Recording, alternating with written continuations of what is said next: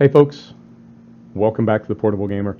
Welcome back to rFactor 2 and welcome to the Nurburgring, the combined Nurburgring, the big loop. So I'm in the Oreca LMP2. I recorded this race about an hour ago. I'm in the Oreca LMP2. Let's get started. I'll tell you a little bit about this. I guess is going to be the last, maybe the last test of the Endurance Pack DLC.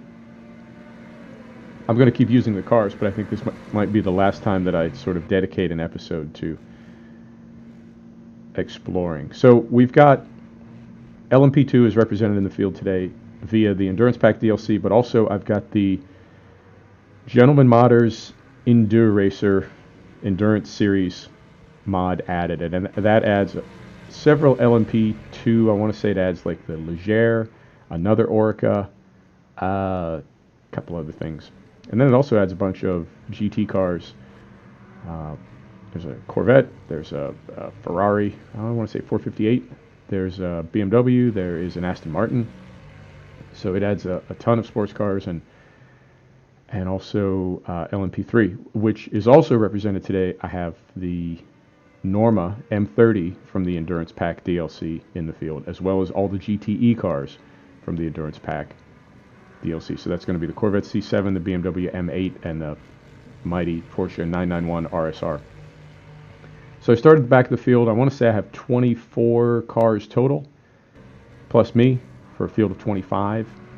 And I'm just going to leave it on external camera for the first lap, and then we'll hop in-car second lap, because that's going to be the interesting one where we're out on the Nordschleife at night. I've got the time acceleration on 25x, and this race actually runs 6 laps at about 8 to 9 minutes per lap. So, around the outside. Scared the hell out of that poor Corvette, I think. Or is that it's a Ferrari. Well, then I scared the pasta out of him. I don't know. So, I cannot say enough good things about the Endurance Pack DLC. It's a fantastic mod. It's well worth it. I think it's like $14 on Steam. Well worth it. And even, like, you can see it going by. See that number on the side of the car? If you're into endurance racing, you know what that is. That's been, for several years now, in real life, in endurance racing, there's been a digital display on the side of the car to let you know what position it's in for class. So the mod maker, which I guess in this case is Studio 397, this is a developer-supported pay mod. But they put that on there, and it's functional. The number actually changes. It's little details like that that really bring a simulation alive for me. It really makes it immersive. So yeah, I can't say enough good things about the Endurance Pack. The Endurance series from Enduro Racers and Gentleman Modders, I haven't really gotten into it yet, and this episode is not going to spend really any time on it. But I will do some episodes later digging in there, because there's plenty to dig into. There's a ton of cars and some really good stuff. So we'll focus on the Endurance Pack DLC. This is the most time that I've spent in the Oreca, and it's amazing. I did my setup with Virtual Race Car Engineer 2018, and I also just all good things about that little sim, that little app. Mod, whatever you want to call it. It's in the Steam store as well. Virtual Race Car Engineer 2018, and it's exactly what it sounds like. You put some tire temps in, you put in some handling problems, and it gives you back a list of suggested changes to the tune of the car. And what's cool about that for me is I know a little bit about tuning cars, but these sims are so realistic and so comprehensive, and there are so many variables. It's like, and everything affects everything else. You know that. So that really helps out, because without it, I felt like I was just hacking at things. I'd make some changes, no result. So do I change them back, or do I make other changes on top of them? And if I make other changes on top of them and I have a bad result, like, why is that? Is it because I combined too many things, or did this affect that? So it's a really cool app for me anyway, to help me with setup and to help me make meaningful changes to the tune of the car. I feel like I passed all the GT, but I haven't caught up to any of the prototypes yet, and I'm just kind of in no man's land. But you know what? It's the Nordschleife. It's what's not to love. There we go. There's some gangsters right up in front of me. They're not too far away. So yeah, it's the endurance pack is fantastic. You know what? I learned something about AI. Let me tell you about this right quick, because I don't know how much time we have before the second lap is done. So this is what I learned. I practice these races before I do them, and I just threw in the mod cars. This is a mod track. I threw in the mod track, and off I went. And the AI was just kicking my ass. It was really. I don't want to say that it was like outracing me. It was doing crazy things. It was pitting me, tons of brake checking, fighting for the line. What I would say is excessively fighting for the line, like not giving me an inch. And I started to do some research, and what I found was, well, I found several things. What I found was they call it a learning AI.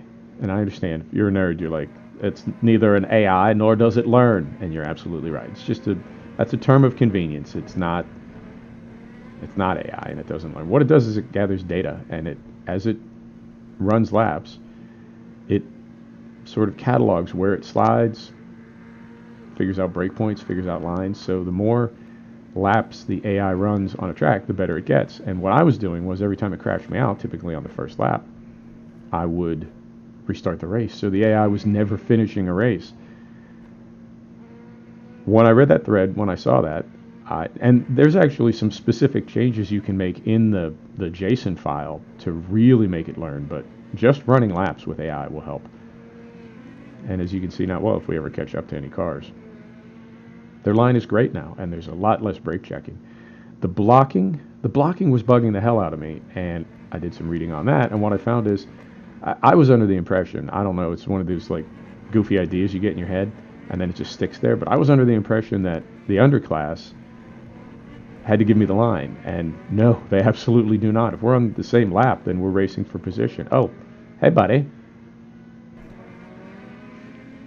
Although I will tell you something that continues to frustrate me, but I'll tell you in a minute. Anyway, so that sort of put my mind at ease about the blocking. Like I thought the code was broken or something. Like, Jesus, why are they blocking me so aggressively? Well, because that's what race drivers do. They block up to the limit of what the stewards and marshals will tolerate. They block until somebody gets on the radio and says, stop blocking or you're going to get a penalty. So that sorted that out. I also found out, run less cars. I was running like 39 cars. Run less cars. It taxes your frame rate, and it also, I guess there's like a limited number of personalities. That's a good way to describe it. And when you run a lot of cars, you end up with multiple cars on the track that have the same sort of personality. They tend to put themselves in the same place, like at the same time, and it sort of messes things up. Now let's take notice of something too. This prototype behind me here. That's the one that was like sideways up in the bushes on the left side of the track when we passed by. He's back on pace. Right? Look at this. He's fine. And he passes me later, so that tells me he doesn't pit. And I have to say, I find that to be a glaring defect in the game code. That car should be retired.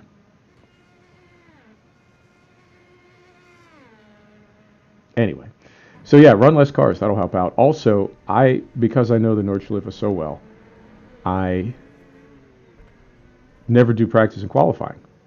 I just set the race up, pick my cars, and off I go. Let's hop in car for this next lap, which is here. Here. Okay. Yeah, let's hop in car for the night lap. And now, I also think when I'm in car,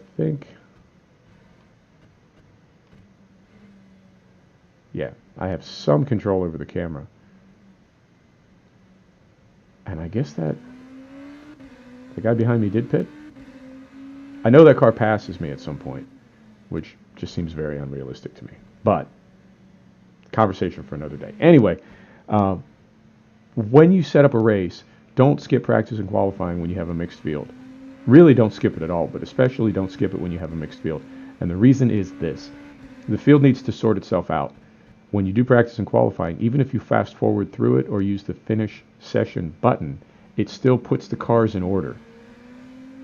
And that makes turn one a lot less chaotic, right? Rather than that big snarl and everybody sort of going into just a big scrum, you got the fast cars up front, slow cars in the back. The other thing is that will prevent accidents later in the race because you've got less overtaking. The train forms up more quickly with everybody in their right place. So definitely do practice and qualifying. I've been doing that, and that helps. And then this is the biggest thing, and it's not quite a dirt moment, but it's close. Yeah, I think I see that fool back there. I find that to be very unrealistic, although I do think he pitted, because he was right behind us on the Dotinger Hoa and through Tiergarten. And now he's a ways back there. Okay, so this is what I figured out, and this really made a difference to me. And you can sort of see this in the lap that we're running right now. I came up on race sims. We thought they were race sims. Looking back on them now, and you can find videos on YouTube of people playing Test Drive and Need for Speed. Old school F1, like, what was it, F1 99 to 02 on EA Sports. We thought they were simulations, and looking back, they really weren't. They were arcade games. And I feel like we learned some bad habits. He's right back there, isn't he? We learned some bad habits. And I think one of the habits we learned is to look, I get that simulations there needs to be a little bit of artistic license, right? Like, I play Farm Sim a lot, Farm Simulator 2017. And hooking up a piece of equipment takes seconds. Well, I've hooked up trailers and farm implements in real life, and it can take 3 or 4 minutes. It can take 20 minutes, but I've never had it take 5 seconds.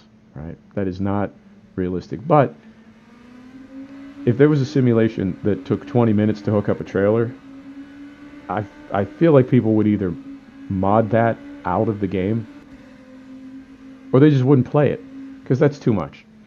Too much realism, I have an oil change mod in Farm Simulator 2017. You pull into the garage, you hit the button, and now your oil's changed and you're good to go. That adds a lot of realism, because you do need to maintain equipment with things like oil changes, put fuel in it, get tune-ups, and all that is represented in Farm Simulator 17. But if the realism factor was this vehicle needs an oil change, you can't use it till Wednesday, because that's when the mechanic's going to be able to get to it. That's a little too realistic. You know what I mean? So for something like a race sim, I feel like we want to win a lot of races. And if you're doing series play, you understand maybe you don't want to try to win every race, right? You can race for position and focus on points for the season. Yeah, there he goes. In less than half a lap, a car that was wrecked has caught and passed me. I find that very frustrating. Pretty sure he's an LMP2 car. I know at this point, I can, just off the top of my head, I can remember we're about 5 seconds back from the LMP3, LMP2 cars. So there needs to be some license, and I get that. And also, it's a racing simulation, but if you're a race driver, you're driving somebody else's $300,000 or $400,000 race car. You really don't want to wreck it. Not just because you don't want to be hurt or killed, not just because you don't want to damage somebody else's property, but if you don't damage your car, you may finish well, you may not. If you do damage your car, you are almost guaranteed to not finish well. So the more you bump and bang your car around, the more you knock it up, the more you damage it, the worse it performs, the less likely it is that you're going to have a good finish. And if you have enough bad finishes, you get fired. So I guess my point is, a real race driver is going to drive pretty carefully. And you can be aggressive, but you can still be careful. And in sim racing, I think one of the bad habits that I brought with me from those, looking back now, those sort of arcade-like sim games, was a bad habit of being too aggressive. So as I was reading about the Nordschleife, and I sort of knew this, but as I was putting all these pieces together, trying to make this video look better when it was done, I found out that on the Nordschleife, it's an obsolete track. It's old, bumpy, hilly, ridiculously dangerous. There aren't that many passing opportunities, particularly when you're on the combined loop. There are passing opportunities in the stadium section. Love the campfires, by the way. Oh, immersion, yo. There are passing opportunities in the GP section of the track through the stadium. But on the Nordschleife, really the only consistently good passing opportunity is on the Dodengerhalle. And what drivers do is they tee up the whole lap and wait patiently and then pass 4 or 5 cars on the back straight. And bringing that sort of arcade mentality. And even though I fancy myself to be like pretty serious simulation race car driver, I still had that bad habit and sort of carrying with me the thought that there are no consequences. And I play offline, so I'm not in a league. I don't do seasons. I'm doing a season in F1 2017, I guess, so that sort of counts. But, the idea that we're focused on something bigger than the single race that we're in, it's tough to keep that in my mind sometimes. And it's tough to have the patience that you need, particularly on a track like the combined Nurb, right? If you're doing a 2-minute lap on a Grand Prix course and there are 4 passing opportunities, on average, you've got a passing opportunity every 30 seconds. Well, on this loop, if the passing opportunities are on the back straight and then in the Grand Prix section, you have to wait 7 or 8 minutes for a passing opportunity. And I think since we're gaming, since we're not actually driving a race car, for me anyway, I think I was being too tempted to take too many chances. And I would damage the car, performance would fall off, then I would start to push, which would cause more bumping, and eventually I would get frustrated, make an inappropriate pass, or try to, and either crash out or get crashed out, and then be tempted to blame it on the AI. And since I stopped doing that, I find that I'm having a lot more fun, and I'm finishing a lot better. So definitely slow down to go faster. Right, there's the end of our lap. This is an 8:56. I'll take an 8:56. Folks, thanks for stopping back to check out The Portable Gamer. Thanks for joining us for another episode of rFactor 2. We'll see you next time. Take care now.